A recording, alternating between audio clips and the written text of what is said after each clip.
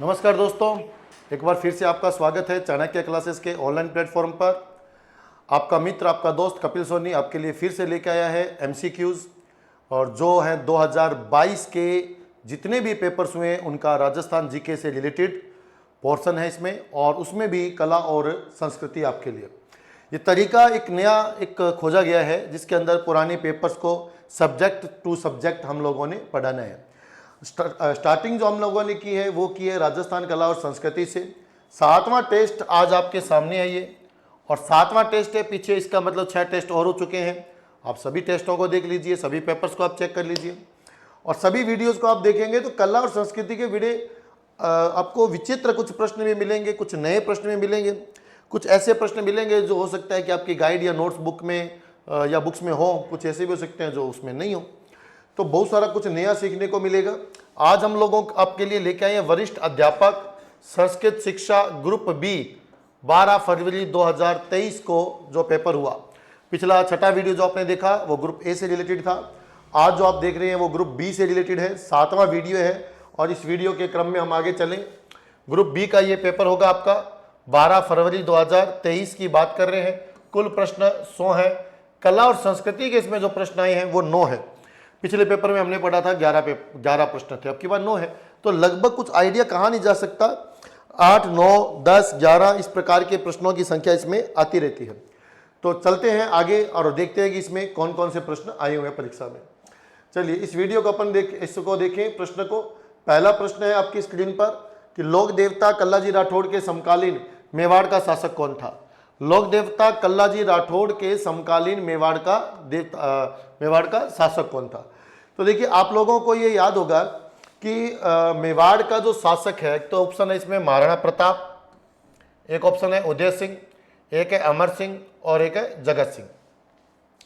देखिए कल्लाजी राठौड़ जो है, इनके अगर अपन बात करें, ये रहने वाले थे मेड़ता के, और मेड़ता पर आक्रमण होता है अकबर का, और जब अकबर का आक्रमण होता है तो ये लोग कल्लाजी राठौड़ और इनके ताऊ जयमल राठौड़, ये सब लोग जो हैं ये आ जाते हैं मेवाड़ में।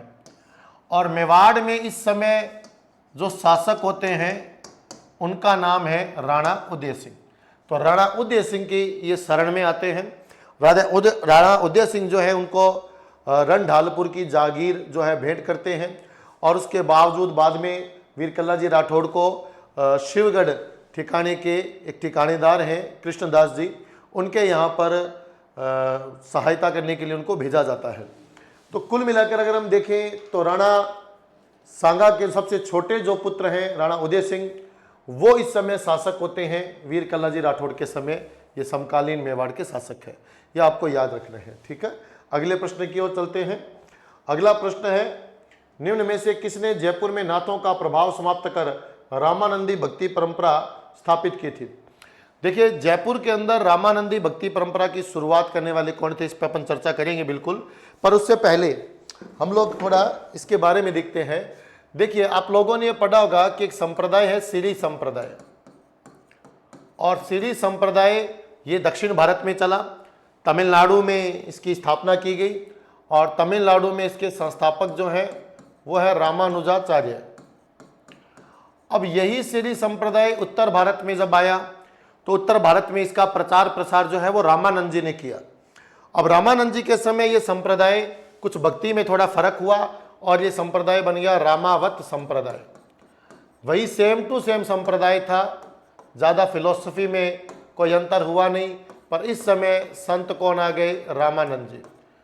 रामानंद जी जो हैं इनके 12 शिष्य बताए गए हैं। एक संत हुए हैं नाभादास जी, और उनका एक ग्रंथ है भक्तमाल। उस भक्तमाल में इनके 12 शिष्य बताए गए, जिसमें से 6 सगुण है, 6 निर्गुण है। तो जो 6 सगुण शिष्य हैं उनमें से एक शिष्य है जिनका नाम है अनंता दास, और अनंता दास जी जो हैं इनके एक शिष्य हैं और उनका नाम है कृष्णदास प्याहारी।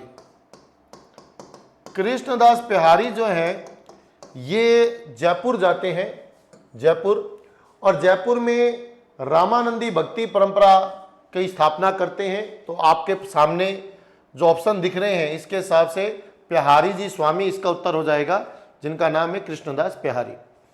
आपको क्या याद रखना है कि नाथों का प्रभाव समाप्त किया गया। कुछ ये कहते हैं कि यहाँ पे कपालिक संत थे, कपालिक संत, और कपालिक संत थे, और कपालिक संत का नाम है चतुरनाथ, चतुरनाथ। और इस चतुरनाथ को, कपालिक संत चतुरनाथ को इन्होंने शास्त्रार्थ में पराजित किया था, शास्त्रार्थ में पराजित किया था। यानी शास्त्रों का नॉलेज ज्यादा किसको है, इस बात पर कंपटीशन होता है। और उस शास्त्रार्थ में पराजित किया था चतुरनाथ को, कपालिक संत चतुरनाथ को किसने पराजित किया था? कृष्णदास बिहारी ने। और यहां पर जो पीठ भी स्थापित की गई थी, वो पीठ की गई थी गलता जी में। कहां स्थापित की गई थी? गलता जी में। तो रामानंदी भक्ति धारा का प्रचार प्रसार करने वाले जो संत थे वो कृष्णदास बिहारी थे। गलता जी में मुख्य पीठ स्थापित की गई थी, कपालिक संत चतुरनाथ को पराजित किया था शास्त्रार्थ में। और रामानंदी शिष्य परंपरा के ये रामानंदी शिष्य परंपरा में एक संत हुए अनंतादास। रामानंद के शिष्य अनंतादास, और अनंतादास जी के शिष्य हैं कृष्णदास बिहारी। ये आपको याद रखना है इसके अंदर। बाकी आप चाणक्य क्लासेस के जो भी आप नोट्स वगैरह आप देखेंगे, पीडीएफ्स आप देखेंगे, उनके अंदर आपको ये बातें, ये सब आपको उसमें मिल जाएगा। चलिए अगले प्रश्न की ओर चलते हैं। अगला प्रश्न ये कह रहा है कि जोधपुर का मेहरानगढ़ दुर्ग किस पहाड़ी पर अवस्थित है? देखिए जोधपुर का मेहरानगढ़ दुर्ग जो है वो किस पहाड़ी पर अवस्थित है? ऑप्शन था अरावली, अरावली तो है ही, पूरी पर्वतमाला का नाम ही अरावली है। उसके बाद में सोनगिरी, चिड़िया टोंक, गरगराचरी, ऐसे करके कई इसमें नाम है। इसमें आपको मूल रूप से याद रखना है कि मेहरानगढ़ जो दुर्ग है वो चिड़िया टोंक पर है। देखिए चिड़िया टोंक पहाड़ी पर बने होने के कारण ही इस दुर्ग का एक नाम चिड़िया टोंक दुर्ग हो गया है। चिड़िया टोंक दुर्ग पूछा जाए किसको बोला जाता है तो मेहरानगढ़ को ही बोला जाता है। इसके कई नाम हैं, जैसे इसको कागमुखी दुर्ग भी बोलते हैं, इसको मयूर ध्वजगढ़ भी बोला जाता है, मयूर ध्वजगढ़। इस दुर्ग को गढ़ चिंतामणि बोला जाता है, गढ़ चिंतामणि बोला जाता है। और इस दुर्ग को आप याद रखेंगे कि इसको सूर्यगढ़ या सूर्यगढ़ी बोला जाता है। तो सूर्य नगरी है जोधपुर, और वहां का जो किला है वो सूर्यगढ़ भी कहलाता है। तो कुल मिला के मेहरानगढ़ दुर्ग के ये इतने सारे नाम हैं। चिड़िया टोंक पहाड़ी पर यह बना है। यूं कहा जाता है कि एक चिड़ियानाथ थे, और चिड़ियानाथ की ये तपोभूमि, तपस्या भूमि रही है, इसीलिए इस पहाड़ी का नाम है चिड़िया टोंक दुर्ग है। और मेहरानगढ़ दुर्ग का निर्माण जो है वो आपको याद रखना है किसने करवाया था? राव जोधा ने। राव जोधा ने इसका निर्माण करवाया था 13 मई सन 1459 को, 59 को, 13 मई सन 1459 59 को यह निर्माण करवाया गया था, और राव जोधा के द्वारा। ये आपको याद रखना है। तो और तो ज़्यादा अभी दुर्गों का अपन कंसेप्ट इसमें पढ़ नहीं पाएंगे, समय ज़्यादा लग जाएगा। फिलहाल आप ये ध्यान रखना कि जोधपुर का मेहरानगढ़ दुर्ग है और किस पहाड़ी पर ये बना हुआ है, तो चिड़िया टोंक दुर्ग पे बना हुआ है। ठीक है। सोनगिरी पहाड़ी पर जो बना हुआ है वो कौन सा है? तो वो सुवर्णगिरी है, सुवर्णगिरी, जो कि आप जिसको जालोर का दुर्ग बोलते हैं।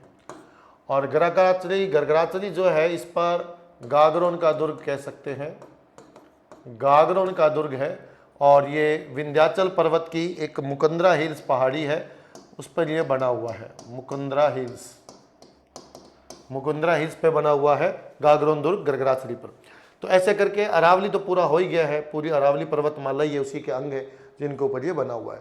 तो कुल मिलाकर के आपको ये याद रखना है जोधपुर का मेहरानगढ़ दुर्ग और किस पहाड़ी पर बना है? ये चिड़िया टोंक पहाड़ी पर। चलिए इसके बाद में है कि गानेराव, रिया, बिनाई, जूनिया, ये आदि ठिकाने कहाँ पर है? ये ज़्यादातर पाली और अजमेर के क्षेत्र हैं। गानेराव, रिया, ये बिनाई अजमेर में, जूनिया अजमेर में है। ठीक है। पाली अजमेर के कुछ क्षेत्र से लग रहे हैं, पाली अजमेर के हैं गानेराव, रिया। तो भाई ये कहाँ पर है और किस शैली से ये रिलेटेड है? देखिए ऑप्शन आपके सामने है, मेवाड़ स्कूल चित्रशैली है, मारवाड़ है, हाड़ौती है और डुंडाड है।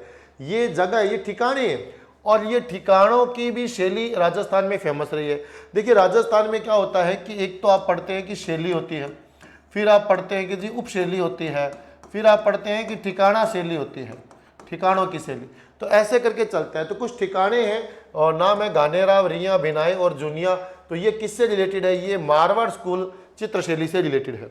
मारवाड़ स्कूल जो था उससे रिलेटेड है गानेराव, रिया, बिनाई। ठीक है। और इसकी आप डिटेल देखना चाहें तो आप अगले इस चित्र में आप देख सकते हैं, मैंने ये बना करके मैं आपके लिए लेके आया हूँ। आप अच्छे से इसको देखिएगा। 4 स्कूलों में इसको विभाजित किया गया था, पूरी चित्रकला शैलियों को आनंद कुमार स्वामी ने किया था। और यहाँ पर जब आप इसको देखेंगे तो इसमें आपको दिखाई दे रहा होगा, थोड़ा बड़ा कर देते हैं, इसमें आपको दिखाई दे रहा होगा, चलिए इतना करते हैं, तो इसमें क्या दिखाई दे रहा है, मेवाड़ स्कूल है। मेवाड़ स्कूल के अंदर कौन सी शैलियां हैं, तो आप देखेंगे इसके अंदर उदयपुर शैली, इसके अंदर आप पढ़ेंगे नाथद्वारा शैली, इसमें है चावंड उपशैली। चावंड उपशैली किसकी उपशैली है, उदयपुर की। इसमें देवगढ़ उपशैली है, सावर शैली है, शाहपुरा शैली है, बनेड़ा, बागोर, बेंगू, केलवा, ये सब आपको याद रखिए, ठिकानों की शैली है, लास्ट वाली है ना, कौन कौन सी है, बनेड़ा, बागोर, बेंगू और केलवा। तो ये ठिकानों की शैलियां आपको याद रखनी है, मेवाड़ स्कूल से रिलेटेड है। इसके बाद में मारवाड़ स्कूल, इसमें जोधपुर शैली, बीकानेर शैली, अजमेर शैली, किशनगढ़ शैली, नागौर, जैसलमेर, सिरोही शैली, परंतु फिर आ गया घानेराव, रिया, बिनाई, जूनिया, जो आपके प्रश्न में है, ये आदि ठिकानों की कला है। फिर आता है डुंडार स्कूल, इसमें आमेर, जयपुर, शेखावाटी, अलवर, उनियारा एक ठिकाना है, टोंक के अंदर है। पर उसके बाद में देखो जिलाए, ईसरदा, शाहपुरा, शाहपुरा ये कौन से वाला है, जयपुर वाला, सामोद या सामेद, ये आदि ठिकानों की कला है। और उसके बाद हाड़ौती स्कूल में आपको पूछा जाए तो बूंदी शैली, कोटा शैली, झालावाड़ शैली और दुग्गारी उपशैली है, ये ठिकानों की शैली कह सकते हैं, वासी की दुग्गारी जिसको आप बोलते हैं। तो इस तरीके से आप लोग ये ध्यान रखिएगा, ये गानेराव, रिया, बिनाए, जूनिया, ठीक है, यहाँ पर आप पढ़ेंगे बनेड़ा, बागोर, बेंगू, केलवा, ये सब जो मैंने राउंड्स किए हैं ये सब ठिकानों की शैलियाँ हैं। और उसके अतिरिक्त जो है वो रियासतों की ज़्यादातर शैलियाँ, एक आध इसमें है बीच में, जैसे उनियारा शैली ये ठिकाने की शैली है, देवगढ़ शैली एक आएगी इसमें, देवगढ़ शैली ये रहा, देवगढ़ शैली ये ठिकानों की शैलियाँ हैं, सावर भी ठिकानों की शैलियाँ है। तो यहाँ पर आपको ये याद रखना है सारा सिस्टम। और इसके बाद में अगले पे चलते हैं, इसका आप स्क्रीनशॉट ले सकते हैं, है ना, और आप इसको अच्छे से पढ़ सकते हैं। इसको ध्यान में रखना, ये प्रश्न आ चुका है दुगारी उपशैली वाला भी, और ये ठिकानों के ऊपर नाम पूछते हैं। बच्चे क्या करते हैं, शैली को रटते हैं, ठिकानों को छोड़ देते हैं। तो इन ठिकानों पर भी प्रश्न वर्तमान में पूछा जा रहा है, आप इसको याद कर लीजिएगा। तो आपका जो पिछला प्रश्न है इसका उत्तर मैंने बता ही दिया, मारवाड़ स्कूल है, ये आप ध्यान रखिए। और अगले प्रश्न की ओर चलते हैं। अगला प्रश्न है हमारा कि अनवट, अनोटा, जरा और पोलरा, अनवट, अनोटा, जरा, पोलरा, ये सब किस शरीर के किस अंग के आभूषण हैं। तो इनको अपने देखें, कान, पांव, नाक, सिर, वैसे तो ये टिक अपने आप लग ही गया इधर ऑटोमेटिकली। तो ये पांव के आभूषण है, आपको याद रखने हैं सारे किसके आभूषण है, पांव के आभूषण है। देखिए आभूषणों पर जितनी मैंने पीछे वीडियो बनाई है उन सब के अंदर आभूषण के ऊपर तो प्रश्न आ ही रहा है, और आभूषणों के ऊपर अपन बार बार चर्चा भी कर रहे हैं। मैं उम्मीद कर रहा हूं कि जब आप बार बार पढ़ेंगे तो आपको कुछ ना कुछ आभूषणों के जो शब्द हैं वो आपको याद रह जाएंगे। आभूषण के ऊपर अलग से कोई वीडियो बनेगी तब तो अपन उसके अंदर कुछ चित्र वित्र लेकर के और उस तरीके से बना पाएंगे, परंतु फिलहाल आपको ये ऐसे ही याद करना पड़ेगा। हालांकि मैं पाँव के आभूषणों से रिलेटेड एक PDF आपके लिए लेके आया हूं। यहाँ पर ये आपको आपके लिए कुछ नाम लिखे हुए हैं जो पाँव के आभूषण है, मोस्टली आपको इसको याद करना है। जैसे आंवड़ा, अनोटपोल, अनवट, अनोटा। अपने प्रश्न में जो था वो था अनवट, अनोटा, जरा, पोलरा। पहले उनको देख लेते हैं, अनवट, अनोटा, और इसमें है जरा, और एक शब्द था पोलरा। ठीक है, ये थोड़ा सा हिंदी वर्णमाला के हिसाब से इसको लिखा हुआ है, थोड़ा बहुत अलग अलग अक्षर करके। फिर भी देखो आ से आपको याद रखना, आंवला, अनोटपोल, अनवट और अनोटा। कैसे है, कंकनी, कंकनी किसको बोला जाता है, पायल को, कंकनी पायल पाजेब को बोलते हैं। कड़ली, कड़ली आ जाता है, या कई बार शब्द आ जाता है कड़ला, तो कड़ला कड़ली आ जाए तो पैर का बताएंगे घुंघरू। चौपली, छड़, छलकड़ा, छलकड़ा में भी याद रखना, छेलकड़ी आ गया तो कान का है, छेलकड़ी आ गया तो कान का है, तो छेलकड़ी कान का है, और छलकड़ा आ जाए तो पांव का है। इसके बाद में है जोड़, जीवी, जर्रा, झांझर, झंकारतन, ये इंपॉर्टेंट है थोड़ा, झंकारतन। इसी में टोडा, जिसको अपन टड्डा बोल देते हैं, वैसे तो टड्डे हाथ में होते हैं, है ना, कड़ला पाँव में होते हैं, पर ये टोडा शब्द आ जाता है, पाँव से रिलेटेड है। टणको, टांका, टोडरी, तोड़ी, तोड़ियो, तेगड़, या तोड़ी, तोड़ियो नहीं, एक शब्द आ जाता है तोड़ो, सीधा ही आ जाए तोड़ो, क्या तोड़ो, सामने वाले के पग तोड़ो। तो पग तोड़ने, तोड़ो शब्द आए तो पग तोड़ो, पैर में आएगा, ध्यान रखना है। नुकुंभ, नकुंभ, नेवरी ये आ चुका है, और नुपुर, नेवरी जो आप देखते हैं तारनुमा करती होती है और पैरों में पहनते हैं आजकल बच्चे, आधुनिक कुछ पहनना शुरू कर दिया गया है। इसके बाद में हिरनामैन, हिरनामैन ऐसे याद करो कि जैसे होते हैं स्पाइडरमैन, सुपरमैन, तो जिसके पांव बढ़िया होते हैं और हिरन की तरह जो दौड़ता है उसको बोला जाता है हिरनामैन। लंगर कहीं पर भी लगा हो, तुम लोगों के पांव नहीं दुखते, कहीं भी चले जाओ और बिना लक्ष्य किए, लच्छा है ना, बिना लक्ष्य किए, बिना लक्ष्य नहीं किए आप लंगर खा लेते हो, तो आप याद रखना लंगर की बात आई तो पांव से रिलेटेड करना है। साड़ कड़ा और सिंजनी आई तो पांव का है। पायल पाजेब आप बता ही दोगे, पिंजनी। पोलरा शब्द आ गया, पंजा शब्द आए तो पांव का है। मक्कियां, मक्कियां आ जाए तो भी पांव में है, और मसूलिया आ जाए तो, वैसे तो मसूलिया साड़ी होती है पर यहाँ मसूलिया आपको बताना है कि क्या है, पांव का आभूषण। तो मैंने कुछ आभूषण इसमें बनाए हुए हैं, स्क्रीनशॉट लीजिए, याद कीजिए, और जितनी बार बार बार रिपीट करेंगे आपको उतनी बार याद होना शुरू हो जाएगा। चलिए अगले प्रश्न की ओर चलते हैं, और अगला प्रश्न है कि राजस्थान के अंदर किस संप्रदाय में पुरुषों द्वारा अग्नि नृत्य किया जाता है। आसान प्रश्न है, कई बार आप लोग पढ़ चुके हैं, तो इसका उत्तर आप सबको पता है कौन सा है, जसनाथी सिद्ध है। जसनाथी सिद्धों के द्वारा कौन सा नृत्य किया जाता है, अग्नि नृत्य। अग्नि नृत्य का संबंध किस संप्रदाय से है, तो आपको याद रखना है कि जसनाथी संप्रदाय से ये रिलेटेड है।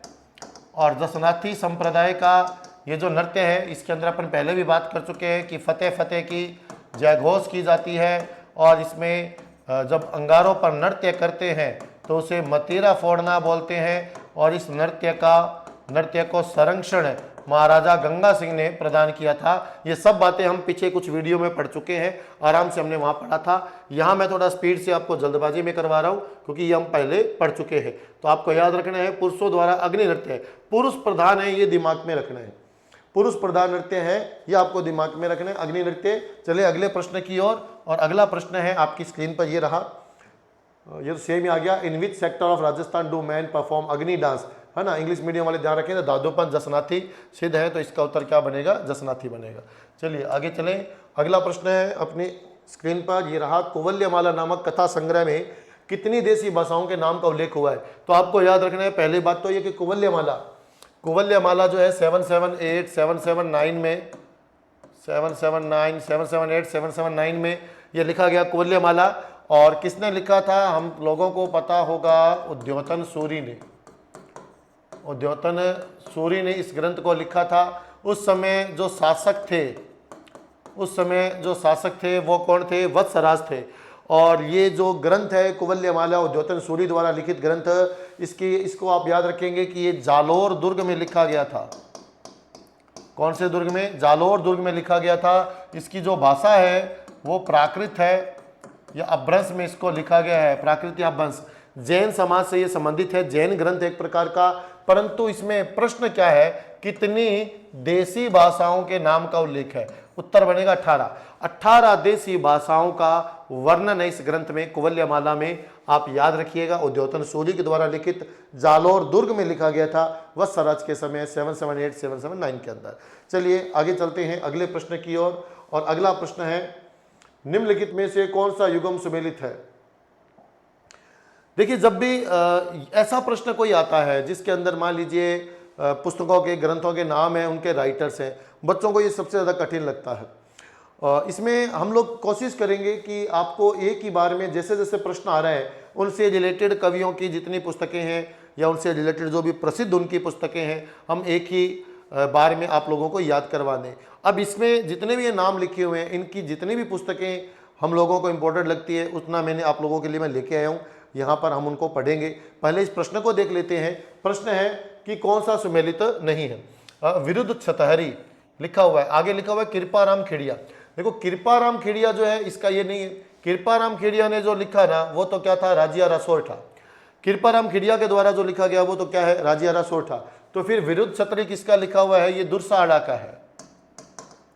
दुर्साड़ा जो कि अकबर के दरबारी कवि थे, दुर्साड़ा ने लिखा था विरुद्ध छतरी, कीर्तार बावणी, इस प्रकार के ग्रंथ लिखे थे। और कृपाराम खेड़िया ने लिखा हुआ राजिया सोठा। उसके अतिरिक्त क्या है, बोल बारमली, अब ये राजिया सोठा इनका नहीं है, उदयराज उज्ज्वल का। बोल बारमली ये भी सत्य प्रकाश जोशी का नहीं है ग्रंथ। केसर विलास कौन सा सुमेलित है, ये सही है, सत्य प्रकाश जोशी का है बोल भारमली। कौन सा युगम सम्मिलित है? केसर विलास यादवेंद्र शर्मा का नहीं है, ये तो शिवचंद भरतिया का है, शिवचंद भरतिया का है। तो शिवचंद्र भरतिया ने लिखा था केसर विलास, यादवेंद्र शर्मा का नहीं है। और बोल भारमली सत्यप्रकाश जोशी का ही है, ये इम्पोर्टेंट हो गया है।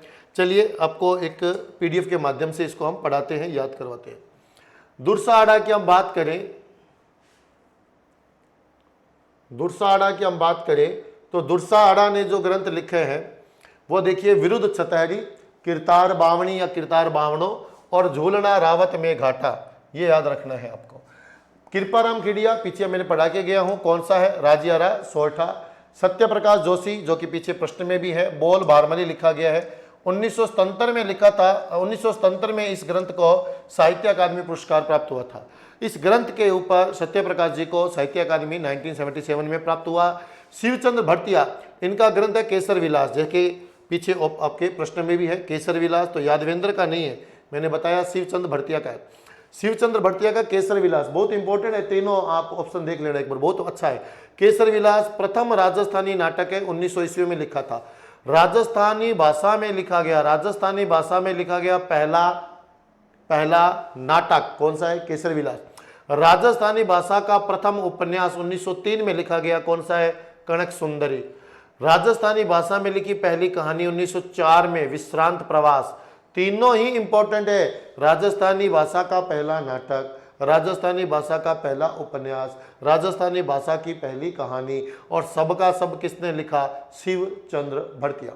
फिर बात आती है कि यादवेंद्र शर्मा, फिर ये कौन है? यादवेंद्र शर्मा के ग्रंथ देखिए, जय चित्तौड़, जनानी ड्योडी, एक और मुख्यमंत्री, चांदा सेठानी, ये प्रश्न आ चुका है, हूँ गौर किणपीवरी, हूँ गौरी किणपीवरी, ऐसे है, हूँ गौरी किणपीवरी। जोग संजोग इंपॉर्टेंट है ये। मीठा जहर, मैं इतना ही कहूँगा, खादी देश की आज़ादी, और प्यास के पंख। एक है ग्रंथ इनका जमारो, और जमारो कहानी संकलन है जिसपे 1989 में साहित्य अकादमी पुरस्कार यादवेंद्र शर्मा जी को दिया गया था। तो मित्रों एक साथ एक ही जगह पर इतना सारा तथ्य आपको जल्दी से मिलता नहीं है। बहुत बढ़िया है कि जिस प्रकार का प्रश्न आया उसी प्रकार का आपको पीडीएफ देने का प्रयास किया जा रहा है उत्तर। आप इसका स्क्रीनशॉट लीजिएगा, इसको अच्छे से याद कीजिए और इन वीडियोस को बार बार देखिए। आप जितनी बार आप इन वीडियोस को देखेंगे उतना बार आपको याद हो जाएगा, अच्छे से याद हो जाएगा। सिर्फ 15 से 20 मिनट आधे घंटे तक की ये वीडियोज होती हैं और आप इनको अच्छे से याद कर सकते हैं। चलिए अगले प्रश्न की ओर चलते हैं। अगला प्रश्न है, निम्न में से कौन सा असंगत युग्म है? असंगत युग्म बताना था। ऑप्शन है मोमासर उत्सव जोधपुर, चंद्रभागा मेला झालावाड़, कजली तीज उत्सव बूंदी और शीत महोत्सव है माउंट आबू। ये आपको याद रखना है। तो भाई शीत महोत्सव तो माउंट आबू में है, ये सही है। और कजली तीज उत्सव ये बूंदी में मनाया जाता है। कजली तीज का बूंदी में होता है और श्रावणी तीज का उत्सव कहाँ मनाया जाता है? जयपुर में मनाया जाता है। और चंद्रभागा मेला झालावाड़ में है। झालावाड़ में चंद्रभागा नदी के किनारे झालरा पाटन में है, ये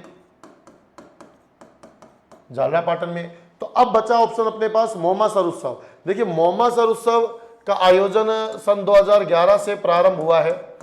2011 से ये प्रारंभ हुआ है, लगभग शायद इसका 13वां संस्करण ऐसा कुछ था जो पीछे अभी शायद 2023 के अंदर हुआ है।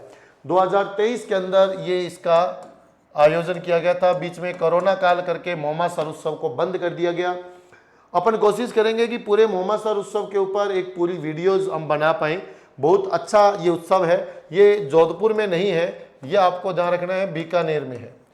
बीकानेर का एक गांव है मोमासर और वहां पर संगीत से रिलेटेड, म्यूजिक से रिलेटेड, हस्तकला हस्तशिल्प से रिलेटेड और विभिन्न प्रकार के नाटक कला और संगीत कला, गीत कला, हर प्रकार का स्वांग कला, बहुत सारी कलाओं से रिलेटेड आपको वहाँ पे कलाकार मिलेंगे। लगभग 200 से ज़्यादा कलाकार इसमें भाग लेते हैं और विभिन्न संस्कृतियों का मिश्रण आपको यहाँ को देखने मिलता है। मोमासर गांव से रिलेटेड बहुत सारी चीज़ें आपके लिए मैं एक अलग वीडियो बना के लेके आऊँगा कि कैसे वहाँ जाया जा सकता है, कैसे आप पहुँच सकते हैं, कैसे वहाँ की कलाओं में आप भाग ले सकते हैं, आप अपनी कोई कला कैसे दिखा सकते हैं और किस प्रकार से आप वहाँ पर पहुँच करके आप उसका एंजॉयमेंट कर सकते हैं, कितना खर्चा लगता है, क्या है, कितने दिन का प्रोग्राम, उस सब के ऊपर अपने एक वीडियोस बनाएंगे इसके अंदर। तो आपको याद रखना है कि ये मोमासार उत्सव जोधपुर में नहीं लगता, ये कहाँ पे लगता है, बीकानेर में लगता है। उसकी अलग से अपन वीडियो भी एक बनाएंगे जो आप अच्छे से उसको देख पाएंगे। तो मोमासार उत्सव, उसी में ये इंग्लिश में आ गया है कि कहाँ है मोमासार। तो मोमासार आपको याद रखना है ये बीकानेर में लगता है, बीकानेर में लगता है। इसके बाद में अगला प्रश्न, बस प्रश्न खत्म हो गए हमारे। तो प्रश्न खत्म हो गए हैं तो दोबारा वापस इस पे आ जाते हैं स्क्रीन पर। और आपको याद रखने हैं लगभग हम लोगों ने 9 प्रश्न किए हैं। स्पीड से ही वीडियो हमको बनानी है, स्पीड से हमको देखनी है, बहुत सारी वीडियोस हो जाएंगी। और मैं आप लोगों से रिक्वेस्ट कर रहा हूं कि डेली आप 1 बार 2 बार 3 बार इस वीडियो को देख लीजिए और उसमें आए हुए प्रश्नों पर आप चर्चा कीजिए, अपने दोस्तों से, मित्रों से चर्चा कीजिए, आगे से आगे लोगों से प्रश्न पूछिए। और ये जैसे मोमासार उत्सव वाला प्रश्न बताया, इंपॉर्टेंट प्रश्न है, नहीं पता लगभग बच्चों को, आप पूछिए आगे से आगे उनको। और इसमें अलग से मैं कह रहा हूँ ना, मोमासार पे हम अलग से एक वीडियो बनाएंगे और अलग से आपको उसके बारे में पूरी डिटेल बताएंगे। तब तक के लिए जय हिंद, जय भारत, वंदे मातरम।